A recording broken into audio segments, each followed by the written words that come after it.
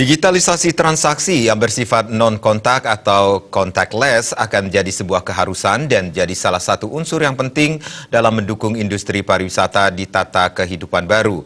Bila tidak menerapkan digital payment, tidak menutup kemungkinan 5-6 tahun ke depan, Bali akan ketinggalan dari negara lain dari perkembangan teknologi.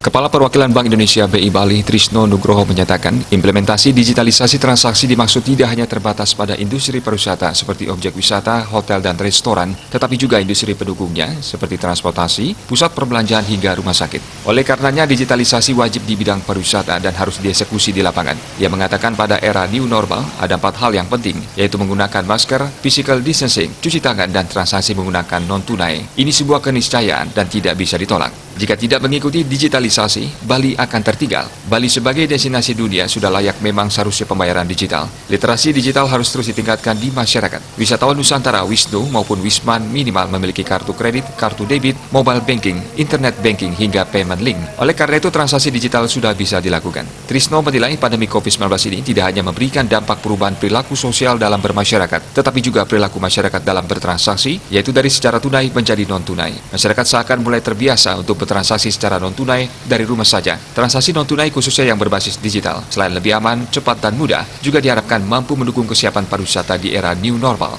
Suardika Bisnis Bali melaporkan.